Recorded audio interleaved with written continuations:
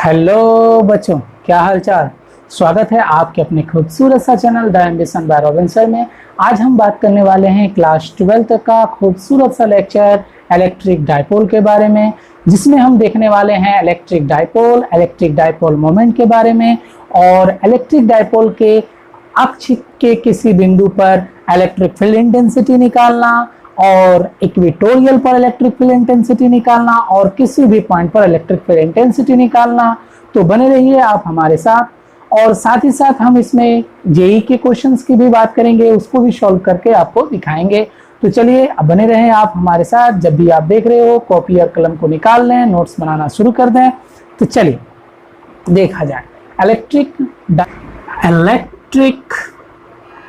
Dipole. ये है प्यारा सा टॉपिक, विद्युत द्विध्रुव। तो सबसे पहले इसका डिफिनेशन को देखते हैं। तो पहले डिफिनेशन में क्या है, कुछ दूरी पर स्थित दो समान परंतु विपरीत आवेशों के युग्म को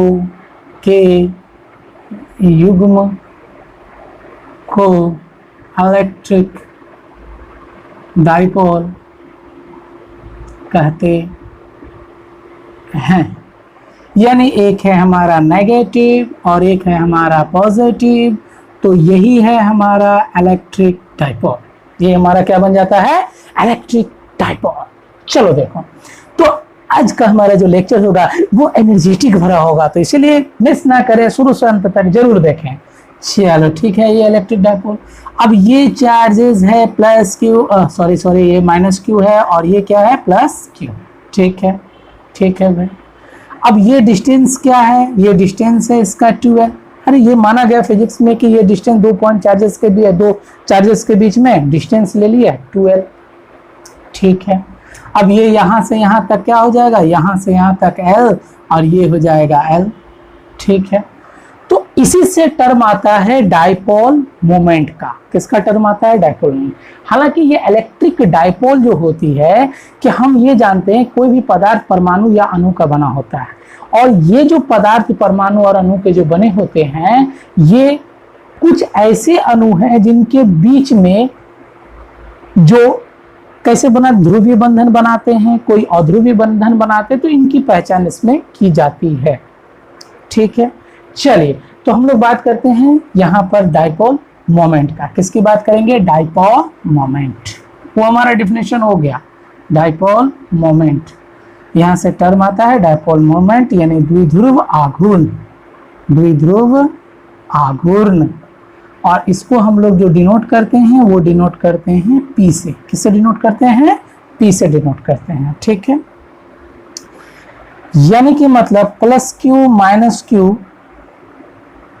चार्जेस जो 12 दूरी पर हैं, उनके एक आवेश का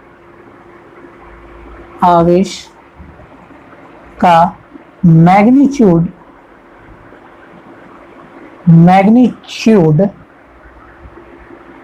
दूरी के 12 के गुणनफल होता है। यानी कि मतलब P बराबर Q इंटू क्या हो जाएगा, 2L होगा। ठीक है। अब यानी कि मतलब अगर हम लोग बात करें कि डाइपोल मोमेंट का डायरेक्शन क्या होता है, डाइपोल मोमेंट का डायरेक्शन, तो देखा जाए डाइपोल मोमेंट का डायरेक्शन, ये डायरेक्शन होता है डाइपोल मोमेंट का, यानी नेगेटिव से पॉजिटिव की ओर। यानी डाइपोल मोमेंट का डायरेक्शन, डाइपोल मोमेंट का डायरेक्शन कहां से कहां होता है, नेगेटिव से पॉजिटिव की ओर होता है, ठीक है भाई। क्लियर है। डाइपोल मोमेंट एक वेक्टर क्वांटिटी होती है। कैसी होती है डाइपोल मोमेंट? डाइपोल मोमेंट एक वेक्टर क्वांटिटी होती है, ठीक है। यानी कि मतलब वेक्टर P बराबर Q इंटू 12, तो इस पर लगा देंगे वेक्टर, क्योंकि चार्ज पर कोई वेक्टर नहीं होता, चार्ज क्या होता है, वो स्केलर होता है, ठीक है। तो हम लोग इसको ऐसे भी लिख सकते हैं P क्रॉस 12, कोई दिक्कत नहीं। ये है हमारा डाइपोल, ठीक है। तो डाइपोल हो गया P बराबर Q इंटू 12। तो डाइपोल का जो डायरेक्शन होगा वो नेगेटिव से कहाँ होगा, पॉजिटिव की ओर होगा। कहाँ होगा, नेगेटिव से पॉजिटिव की ओर। वेक्टर P बराबर Q इंटू 12, तो ये 12 डिस्टेंस है। कुछ किताबों में इसी 12 को क्या कर देगा, वो D ले लेगा, इसी 12 को क्या कर लेगा, D ले लेगा। तो आप क्या करो, Q इंटू D भी लिख देगा, तो आप Q D भी लिख सकते हो। कुछ लोग क्या करें, कुछ किताबों में क्या R देगा, सभी किताबों में अलग अलग तरीके से। तो यही डिस्टेंस जान लेंगे कि दोनों डिस्टेंस के बीच है, ठीक है। ये हो गया। अब इसका अगर हम लोग क्वांटिटी की बात करें, ऐसा यूनिट क्या होगा, चार्जेस का कूलम, और इसका क्या हो जाएगा, दूरी का मीटर। अब डायमेंशन, डायमेंशन, तो डायमेंशन क्या, coulomb A T metre L, तो ATL A1 T1 L1, ऐसे किताबों में दिया रहता है, ठीक है। यानी क्या देखे, डाइपोल मोमेंट एक वेक्टर क्वांटिटी है। दूसरा क्या देखे कि डाइपोल मोमेंट जो है नेगेटिव से पॉजिटिव की ओर होती है। और एक क्या देखे कि डाइपोल मोमेंट का SI यूनिट कूलम मीटर होता है, और डाइपोल मोमेंट का डायमेंशन क्या हो जाता है, ATL होता है। यानी कि मतलब A विद्युत धारा, T टाइम, एंड L हो जाएगा उसका लेंथ, ठीक है, यानी मीटर। क्लियर है, चलो ठीक है। अब हम लोग बात करेंगे जेईई के क्वेश्चन जो कि पूछे गए थे 2019 में। मिटा दें, पॉज करके नोट कर लें, मिटा दें। ये दोनों के बीच में डिस्टेंस काफी एकदम छोटा होता है, काफी छोटा, यानी माइक्रो में, करीबन किसमें होता है, माइक्रो में। और हम लोग आगे देखेंगे एक्सियल पर और इस पर, ठीक है। चलो, तो ये है जेईई 2019 के मेंस में पूछा गया सवाल, ठीक है। ये सवाल कुछ ऐसा, ठीक है, +Q -2Q +Q L, ठीक है। डिस्टेंस ये x एक्सिस, ये y एक्सिस। तो ये है क्वेश्चन। तो हम लोगों को क्या बोला है, इसमें बोला था find net electric dipole moment, find net electric dipole moment, ठीक है। तो सॉल्यूशन में क्या आएंगे हम लोग, देखो। अच्छा एक बात बताओ, इन दोनों के बीच डिस्टेंस क्या है, L। क्या हम लोग इसको ऐसे लिख सकते हैं क्या, -Q +Q, फिर ये कर दिया -Q, और ये है +Q, और सब इक्वल दे रहा है। ये दिया हुआ है क्वेश्चन में 60 डिग्री 60 डिग्री 60 डिग्री, ठीक है। तो आपने क्या देखा, नेगेटिव से पॉजिटिव की ओर डाइपोल P, नेगेटिव से पॉजिटिव की ओर डाइपोल P, ठीक है। इनके बीच में एंगल कितना डिग्री का है, 60 डिग्री का है।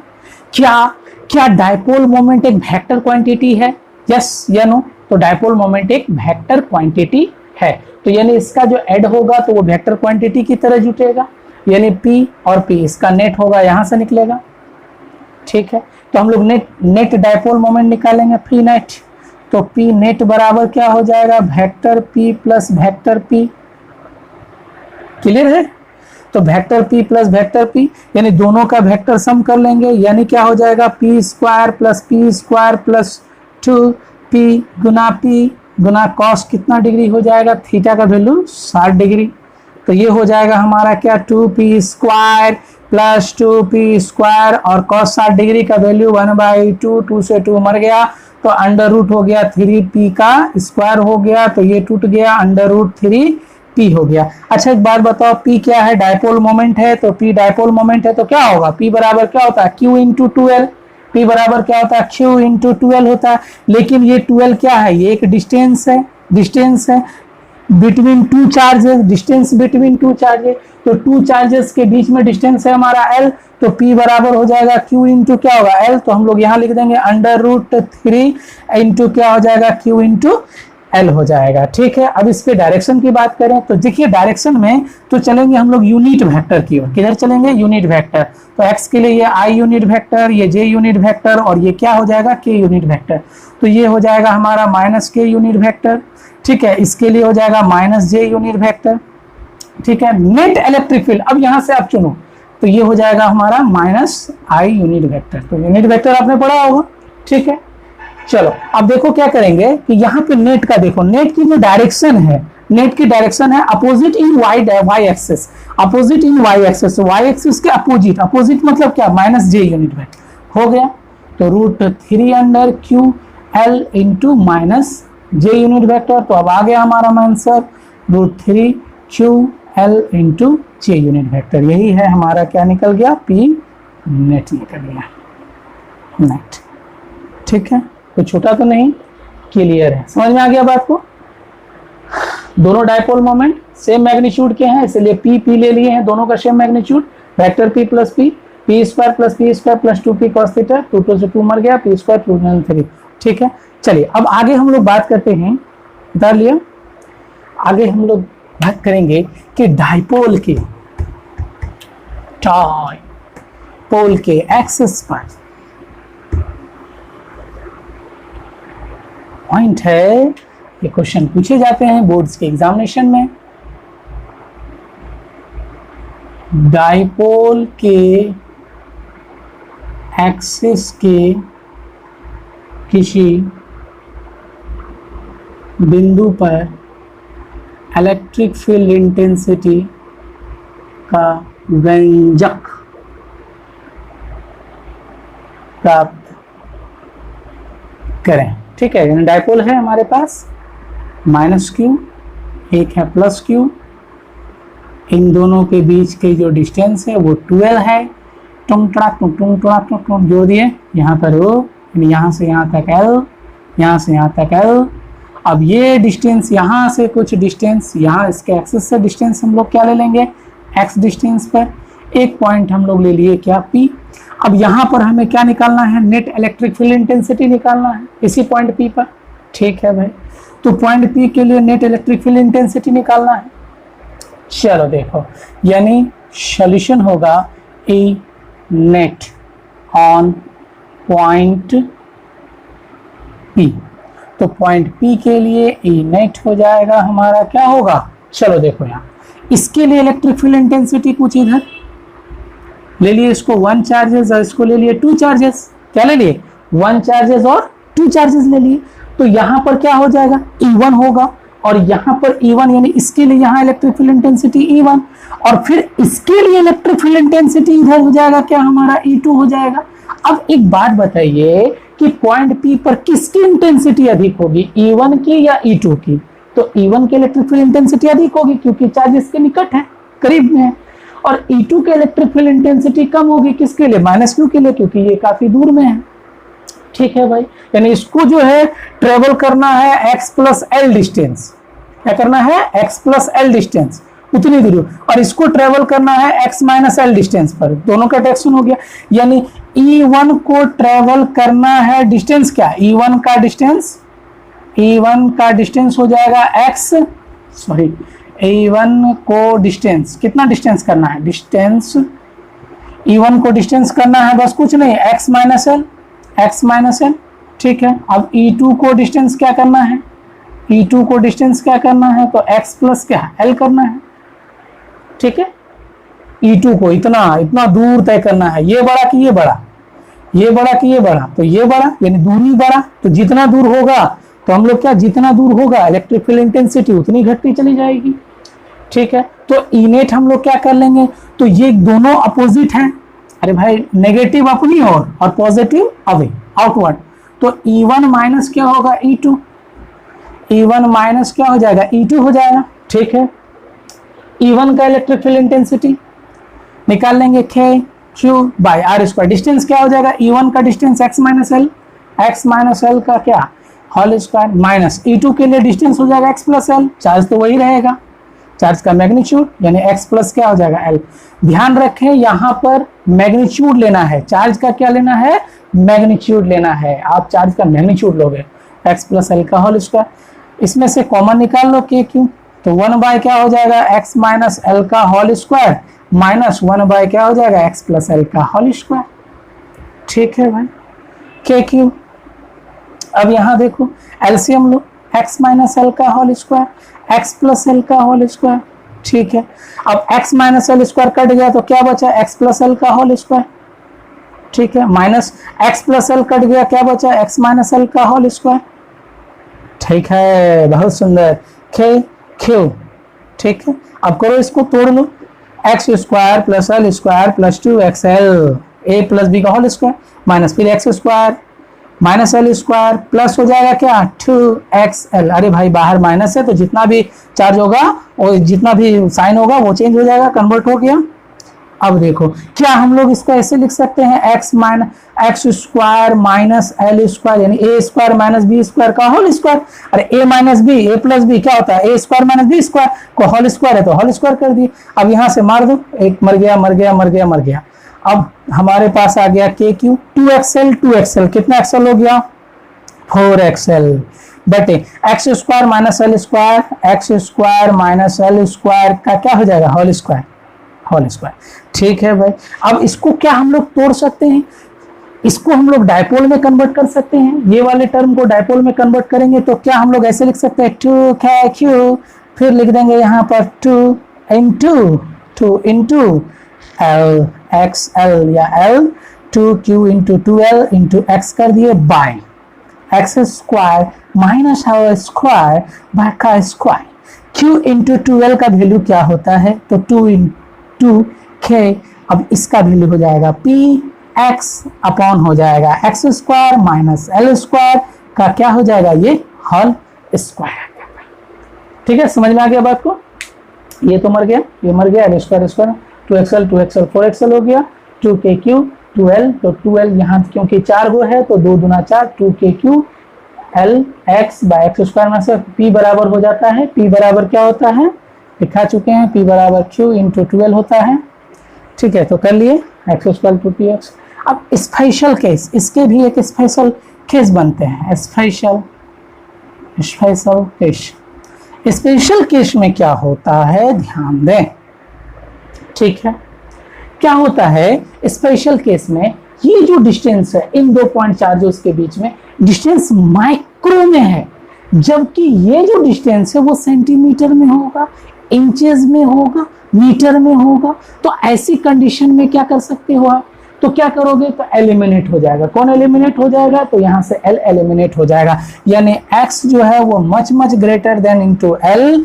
तो हम लोग क्या कर देंगे 2kp, फिजिक्स का ये टर्म है ई एक्सिस, अब इसको एक्सेस कर दो कोई दिक्कत नहीं, तो हो जाएगा हमारा क्या 2kpx अपॉन क्या हो जाएगा, ये हो जाएगा एक्स स्क्वायर पे पावर स्क्वायर यानी गुना 2, तो ये हो जाएगा 2kpx अपॉन एक्स पे पावर 4, एक मर गया तो 2kp बाय क्या हो जाएगा x क्यूब हो जाएगा। यानी ई एक्सिस का वैल्यू आ चुका हमारे पास, ई एक्सिस का वैल्यू 2kp बाय क्या कर लेंगे x क्यूब।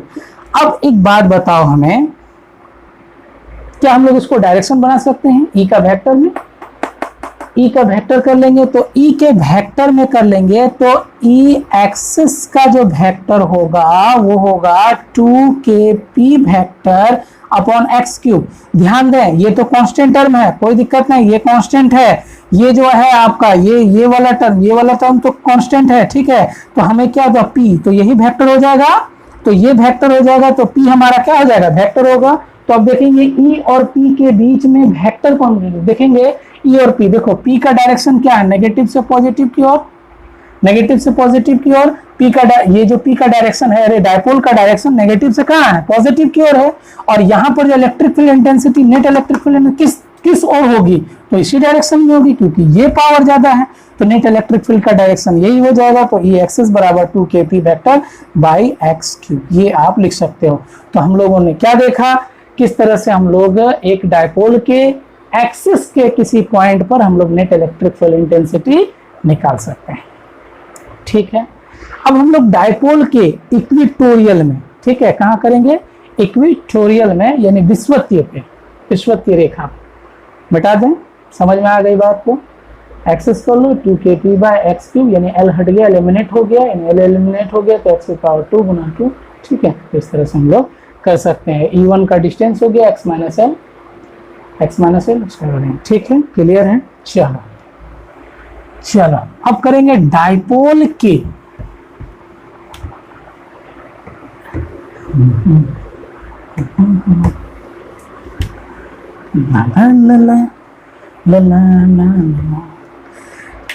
जन्म गर्मी, उफ ये हाई, गर्मी की हाई, डायपोल के इक्वेटोरियल,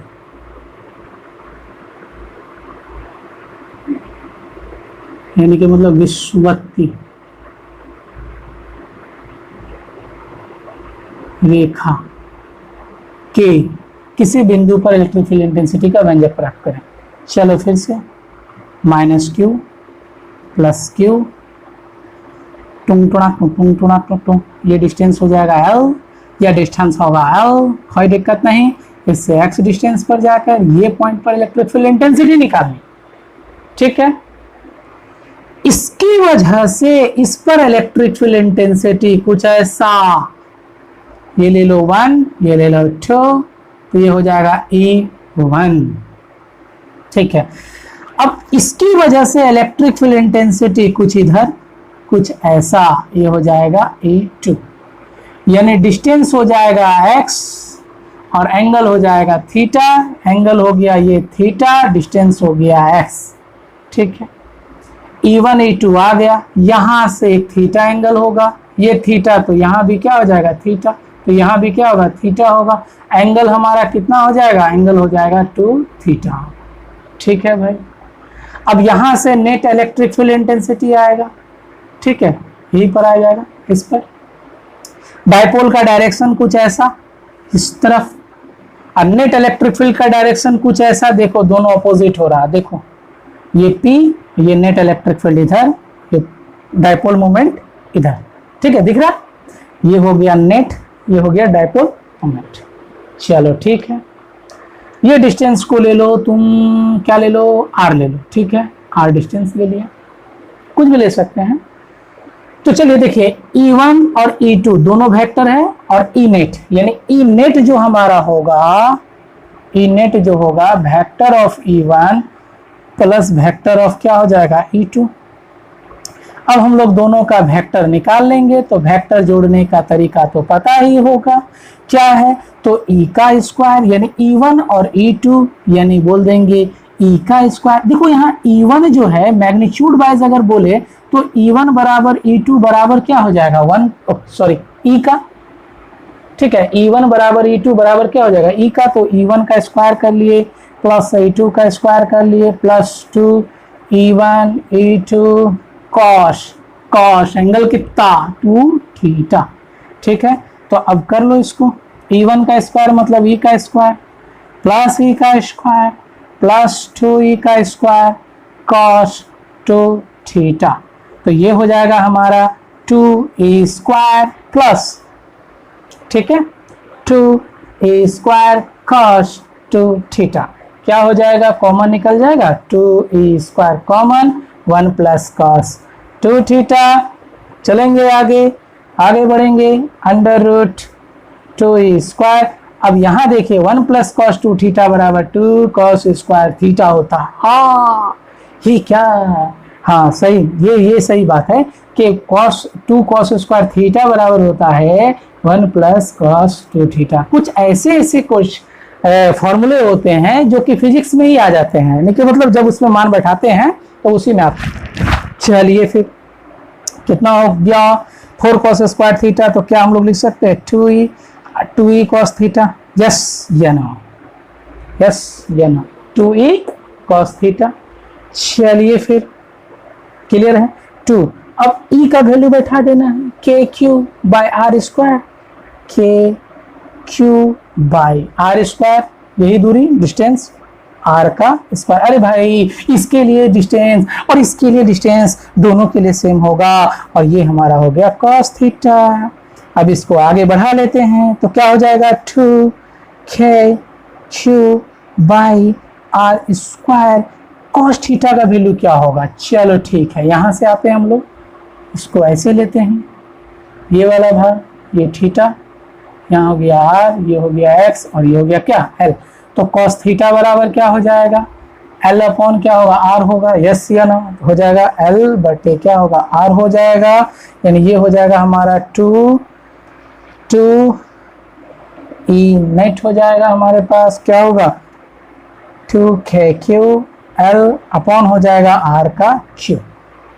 ठीक है भाई, अब चलो देखो 2 इंटू क्यू इंटू एल, फिर वही टर्म आ गया k गुना q into 2l, q into क्या हो गया 2l बाय क्या हो गया आर क्यू, ये लिख सकते हैं के पी अपॉन क्या होगा आर क्यू।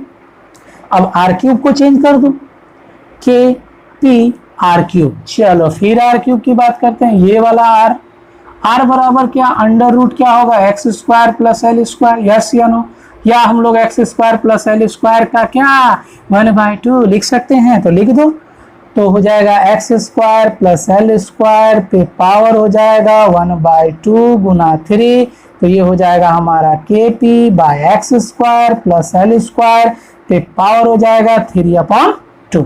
फिर वही काम स्पेशल केस क्या होगा, तो x जो है ये x इससे काफी बड़ा होगा, x much greater than l। बाप रे बाप गर्मी है, उफ ये गर्मी,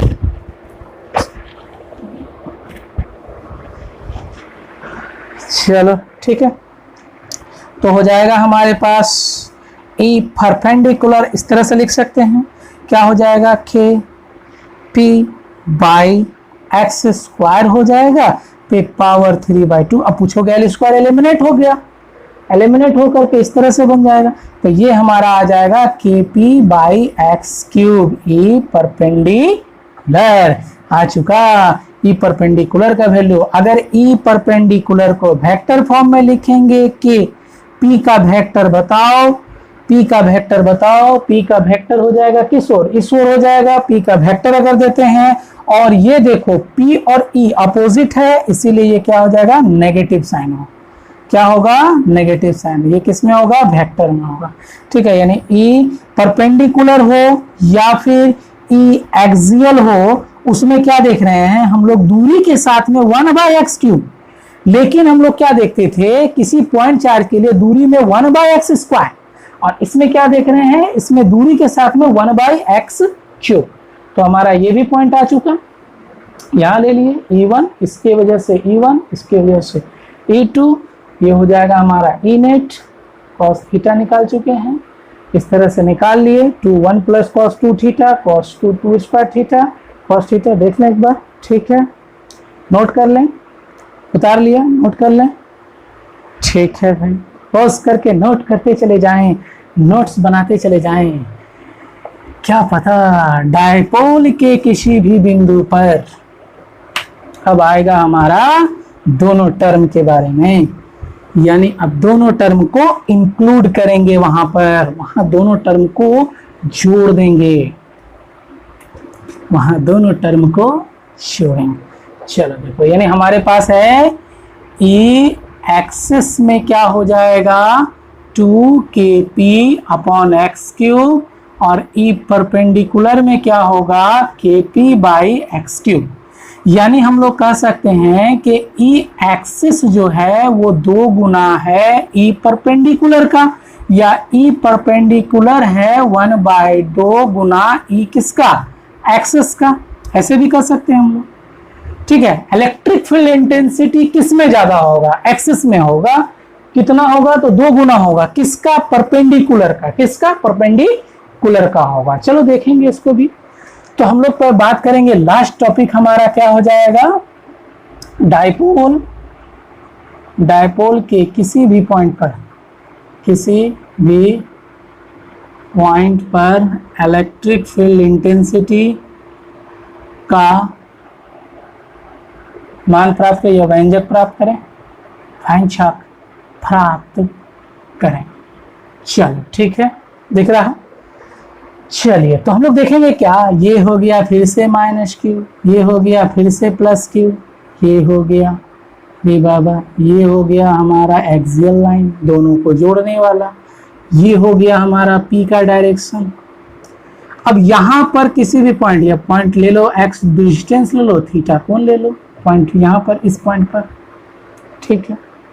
तो इस पॉइंट पर हमने बना दिया, ये डिस्टेंस ले लिया हम लोगों ने क्या, एक्स। ये हो गया थीटा एंगल। ध्यान रखें ये जो थीटा एंगल है ये इसका बेस ये नहीं बल्कि इसका बेस ये होगा, यानी पी के लिए ये जो बेस होगा ये बेस होगा, यानी यहां वाला बेस करेंगे तो ये कर देंगे क्या, पी कॉस थीटा, ये बेस हो जाएगा उसका। तो इसके आधार पर ये परपेंडिकुलर होगा क्या, पी साइन थीटा। अरे भाई आ गया, ये पॉइंट ओ, ये पॉइंट ओ ले लेते हैं, यानी पॉइंट ओ पर हमें बताना है इलेक्ट्रिक फील्ड इंटेंसिटी का वैल्यू क्या होगा, व्यंजक निकालना है, हमें बताना है। पी यहाँ पर पी के दो कंपोनेंट्स हो गया, पी एलिमिनेट होकर के दो कंपोनेंट्स, पी कॉस थीटा में, पी साइन थीटा में। अब पी कॉस थीटा के लिए ओ पॉइंट कहां पर है, एक्सिस पर है, अरे ये इसके सामने में है, एक्सिस पर है। और ये जो पी साइन थीटा के लिए ये पॉइंट कहां पर है, एक्सियल में है, सॉरी इक्वेटोरियल में है, इक्वेटोरियल में है, इस तरह से। यानी electric field intensity P sine theta के लिए इधर पहले लिख देते हैं, यहाँ पर आपको आसानी हो जाएगी। पी कॉस थीटा के लिए ओ पॉइंट कहाँ है, एक्सिस, एक्सिस पर है, ये एक्सियल लाइन पर है। और पी साइन थीटा के लिए पी साइन थीटा के लिए ओ पॉइंट कहाँ है, ओ पॉइंट इक्वेटोरियल पर है, इक्वेटोरियल पर है, यानी विषुवतीय रेखा पर है। ठीक है भाई, क्लियर है। अब पी साइन थीटा यानी पी कॉस थीटा जो हो जाएगा ये हमारा, तो हम लोग ये कह सकते हैं ई एक्सिस वाला, ठीक है। पी साइन थीटा जो है ये हमारा कौन सा वाला हो जाएगा, पी साइन थीटा हो जाएगा ये परपेंडिकुलर वाला, ये होगा। पी कॉस थीटा हो जाएगा एक्सिस वाला, पी साइन थीटा हो जाएगा हमारा किसका, परपेंडिकुलर वाला। तो अब हम लोग निकाल लेंगे पी साइन थीटा के लिए, यहां पर हो जाएगा कौन सा, ई, पी साइन थीटा के लिए कौन सा, ई परपेंडिकुलर वाला, ठीक है। अब पी कॉस थीटा के लिए ई कहां वाला, एक्सिस वाला, सॉरी हाँ ठीक, ई एक्सिस वाला, ये हो जाएगा, ठीक है। अब इन दोनों के बीच में एंगल कितना डिग्री का होगा, 90 डिग्री, परपेंडिकुलर और एक्सिस। देखो ये परपेंडिकुलर और एक्सिस, यानी इस प्रकार से ये परपेंडिकुलर हो जाएगा और ये हो जाएगा एक्सिस के लिए। तो परपेंडिकुलर और एक्सिस कितना डिग्री, थीटा बराबर कितना डिग्री, 90 डिग्री, यानी थीटा का भी वैल्यू आ गया। तो यहां से निकला नेट इलेक्ट्रिक फील्ड इंटेंसिटी यानी ई नेट। तो ई नेट निकाल लेंगे, ई नेट वही काम करेंगे, एक्सिस का वेक्टर फॉर्म प्लस किसका, परपेंडिकुलर का वेक्टर फॉर्म को इंक्लूड कर देंगे। वेयर थीटा इज क्या, where theta is equal to 90 degree, where theta is equal to कितना, where theta is equal to 90 degree. चलो भाई वेक्टर फॉर्म में इसको इंक्लूड कर दो, जोड़ दो। कैसे जोड़ेंगे, अंडर रूट हो जाएगा ई एक्सिस का स्क्वायर प्लस ई परपेंडिकुलर का square plus 2 E axis E perpendicular cos कितना डिग्री, 90 डिग्री। क्या कॉस 90 डिग्री बराबर 0 होता है, इतना तो पता ही होगा। तो चलो ई कॉस थीटा निकाल लिया यहाँ से। तो यहाँ से जैसे हम लोग निकाल लेंगे ई एक्सिस, ए एक्सिस वाला भाग में बैठा, तो यहाँ हो जाएगा एक्सिस के लिए क्या कहता है, 2 k पी के साथ में क्या, पी के साथ में ये कॉस थीटा बटे पी कॉस थीटा बटे क्या हो जाएगा, एक्स का क्यूब, ठीक है, का क्या स्क्वायर, ये स्क्वायर दे दिया। ई परपेंडिकुलर के लिए क्या हो जाएगा, खे पी के साथ क्या, साइन थीटा बटे एक्स क्यूब का होल स्क्वायर। ये तो वैल्यू क्या हो जाएगा हमारा 0 हो जाएगा, ठीक है। तोड़ दो अब इसको, क्या हो जाएगा, 2 का स्क्वायर हो जाएगा 4k square p square cos square theta बटे x पे power 6 plus k square p square sine square theta बटे x पे पावर 6। अगर कॉमन ले लें निकाल लें, सॉरी कॉमन 6, ठीक है। तो 1 बटे क्या हो जाएगा हमारा x पे पावर 3, अरे भाई एलसीएम लोगे, तोड़ दो इसको, तो यहाँ हो जाएगा हमारा क्या 4k square p square, common ले लो, k square p square common ले लिए, तो क्या बचा 4 cos square theta plus sine square theta, yes या नो, दिख रहा, ठीक है। अब क्या कर लेंगे 1/x क्यूब, तो निकाल लो, k और p निकल गया बाहर, k p निकल चुका बाहर, क्या हो गया नीचे x क्यूब हो गया, ठीक है भाई, √3, क्या हम लोग इसको ऐसे लिख सकते हैं क्या 3 cos square theta plus cos square theta, मार दो इसको ईटा चलो देखा, हो गया, क्लियर है बात को। तो 3 cos square theta plus sine square theta का वैल्यू क्या 1, वाह वाह, लगता है मैट्रिक में अच्छे पढ़े हैं। चलो ठीक है, तो अंडर रूट में क्या रह गया 3 cos स्क्वायर थीटा प्लस इसका वैल्यू क्या हो जाएगा 1 हो जाएगा, क्लियर है बात को। अब चलो आगे देखो, आ गया हमारा नहीं नाइट आ चुका है, यही आ गया वैल्यू, यही वैल्यू आ चुका है। यानी अब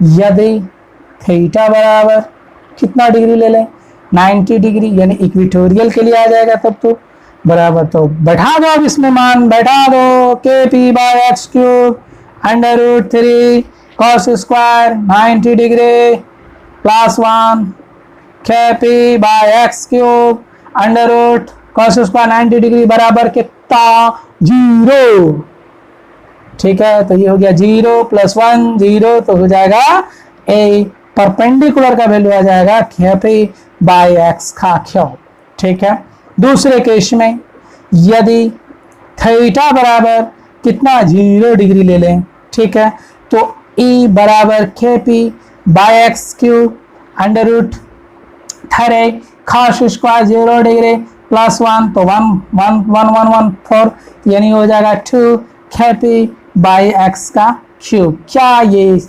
समझे? अरे भाई 0 डिग्री के लिए 1, 3 1 कम 3, 3 1 जूटा 4, 4 1 टूटा 2, 2 kp/x का क्यूब, ठीक है।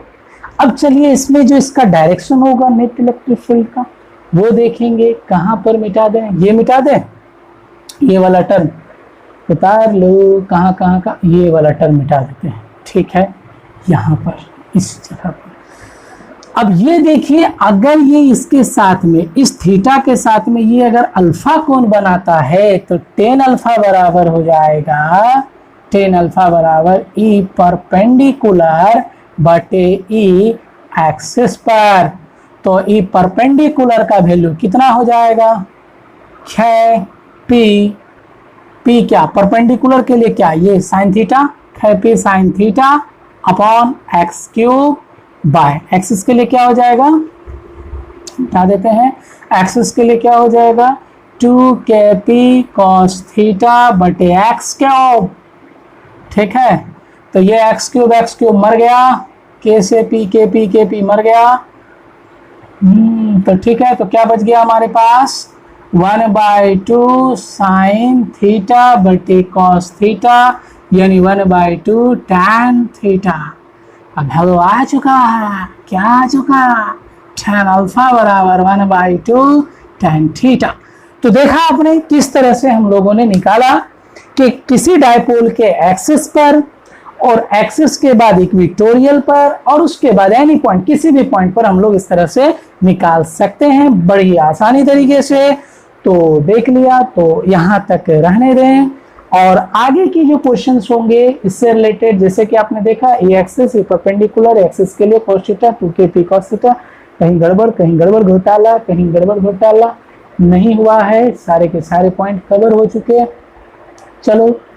चलिए, तो यहाँ तक हम लोगों ने देखा, और आगे की जो वीडियो होंगे उस पर भी आपने देखें, खूब पढ़ें, खूब बढ़ें। All the very very best.